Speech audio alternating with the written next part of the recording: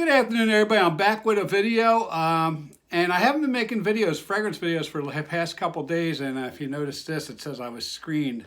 That means I was screened to go into the hospital. Miss Fritz has been in the hospital since Sunday, and it's Wednesday now, and I just got her out of the hospital, so she's doing fine. As a matter of fact, she'll be on the picture portion of this. So anyway, and she's doing fine, and thank you. So anyway, yesterday I went over 1,000 followers on Instagram, and I mentioned something about, how I'm not a reviewer and sort of the difference between a reviewer and I. And I want to clarify something on that. I made a point of saying I always just give first impressions. I never take the time to wear something more than a couple days. And I made it seem like all of those people, anybody that says they're a reviewer, always waits until a couple days. And that's not true either. All the reviewers I follow that have taught me, who have built my collection, who I trust, they do a mix of things. Sometimes they'll do rack store hauls and they'll be opening it up right out of the box and tell you what they smell. And other times they'll be doing a thorough review of something. And that's all those reviewers do that.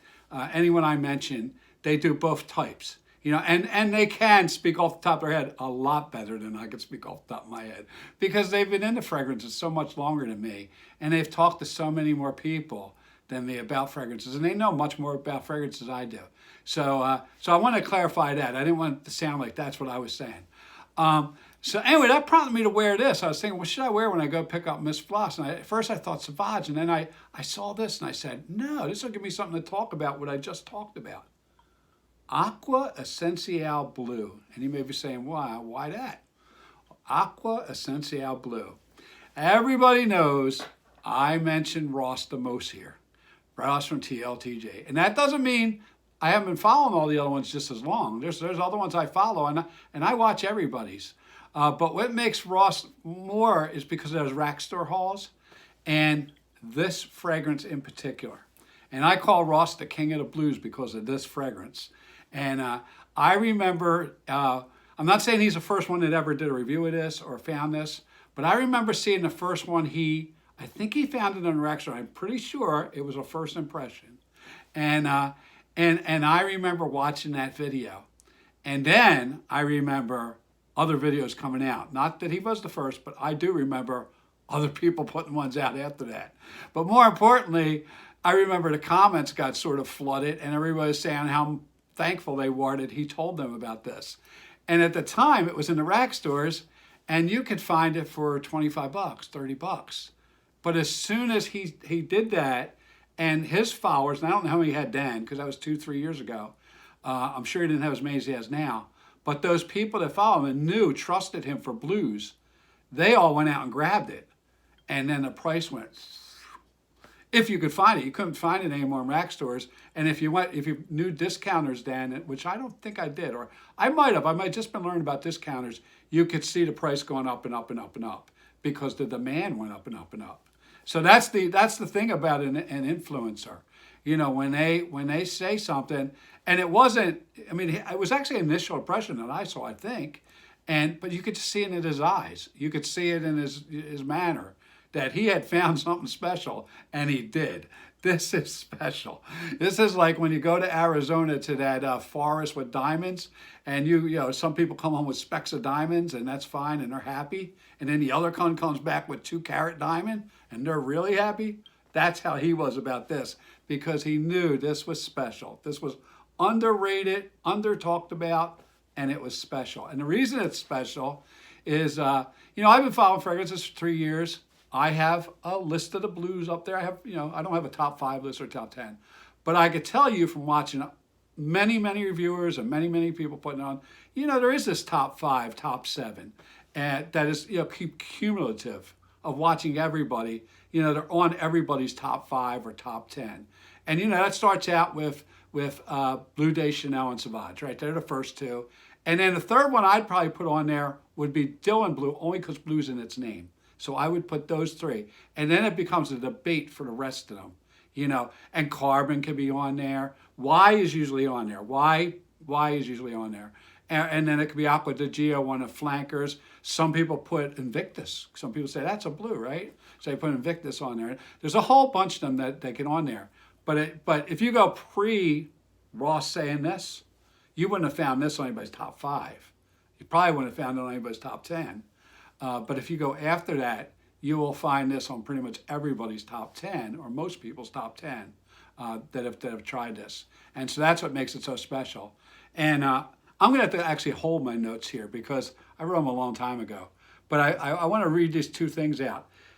The other things, when I first started, I would hear synthetic and think that's bad. And this is a synthetic. It not only is a synthetic, it's proud to be a synthetic. It lists synthetic notes on Parfumo. Something called Paradisone, which I didn't know what it was. It's a synthetic flower. And then I think it's Carolozone. I'm probably saying that wrong like I always do. And that one, it's a synthetic aquatic. It's an aquatic synthetic, for aquatic notes. And then it also in the base has benzoin and ambroxan, which are 2 synthetics. So when you're hearing people say, oh, this smells synthetic, first of all, if they're saying that to put a fragrance down, I don't know if they know what they're talking about. That'll just be mine. Because all fragrances have synthetic notes. The notes you read are ingredients, but most of the time it's aroma chemicals or synthetics that make those notes. Even the ones that are listed like lemon, it could be a synthetic lemon. Because lemons are pretty hard to make oils out of, or expensive. Some of these are real expensive to make oils out of. And if you're going to be selling something for $80, you're probably going to be using some kind of synthetic note. So, I had to learn that too. So whenever I hear synthetic and somebody's using it in a derogatory way, I'm like, why are you using it derogatory? But they might be using it derogatory to say you can smell the chemical more than you can smell the note. And in that manner, I do know when people say it's synthetic smelling, where they can smell like it's a synthetic aroma than a true aroma of what they're trying to do. Anyway, this one has, what's interesting about this, I was trying to find out why it had a spice. It's a blue with a spice, and that's what makes it good too. And I'm looking, I'm like, I don't know where spice comes from, but I think it's coming as first note, green cardamom. And that's the only spicy note I see on here. It's like lemon, bergamot, then those 2 synthetics that I mentioned, the flower synthetic and the aquatic. And then it has cedar and cypriol. It has lavender. It has benzoin and ambroxan. And then it has tonka bean and patchouli. So I don't know, where spice is other than the cardamom. But again, I just want to mention that, that I thought we'd go good with what I said yesterday about me not being a reviewer and what reviewers do. And I wanted to clear up that one point that many of them do initial smells and stuff like that. Matter of fact, Ross, Michelle does this too. Everybody does. I don't want to pick one or the other. But with Ross, he actually makes a game of it. He'll do an initial one, and he won't look at the notes, and he'll try to guess if he can guess the notes. And sometimes he's right, sometimes he's wrong. I, on the other hand, I do my initial. I'm the one. That's what I do only. I only do those. Just give my initial impression or my impression that day. I always have the notes in front of me. To remind me, so I can be prompted when I'm smelling, because I'm not like him. He's like an expert.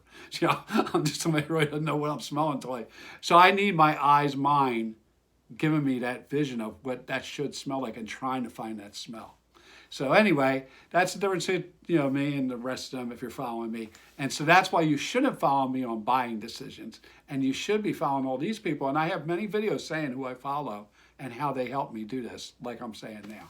So with that, please pray for peace, and please help me be kind. I really need to be kind. And last thing, Mr. Smelly, 1977, had a good post on this. He's been doing lives, and sometimes he creates these gates, like these massive things that people just start talking about and yelling at each other about. And we just all need to learn to be a little kind. And anyway. Thanks for letting me share that part. And I definitely need to be too. I can be unkind in comments too. So have a nice day. I'll talk to you tomorrow.